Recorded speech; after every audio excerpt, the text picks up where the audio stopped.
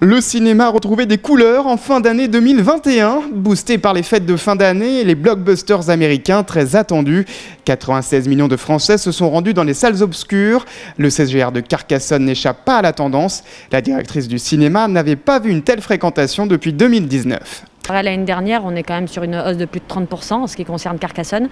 Donc ça, c'est quand même prometteur. Le public est toujours là. La fin d'année était plutôt positive puisque les vacances scolaires, avec la sortie de Spider-Man, nous ont rappelé les grandes séances du cinéma pour les clients et aussi pour nous. C'est pour ça qu'on fait ce métier, pour recevoir en abondance et faire plaisir en abondance. Et on avait déjà les clients qui attendaient bien avant l'ouverture sur le parvis et ça fait chaud au cœur, si vous me permettez l'expression, parce que voilà, ça fait du bien. Malgré la fermeture des salles durant 138 jours et l'instauration des jauges et du pass sanitaire, les amateurs de cinéma sont peu à peu revenus dans les salles, une période qui était difficile pour ces deux cinéphiles. Je m'adaptais, je regardais des films à la maison et oui, on s'adapte. C'est pas pareil à la maison?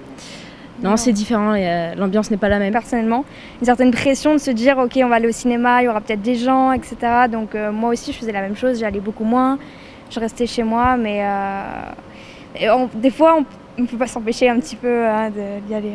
Seul bémol en cette rentrée, la fermeture de la confiserie depuis le 3 janvier et pour 3 semaines au moins.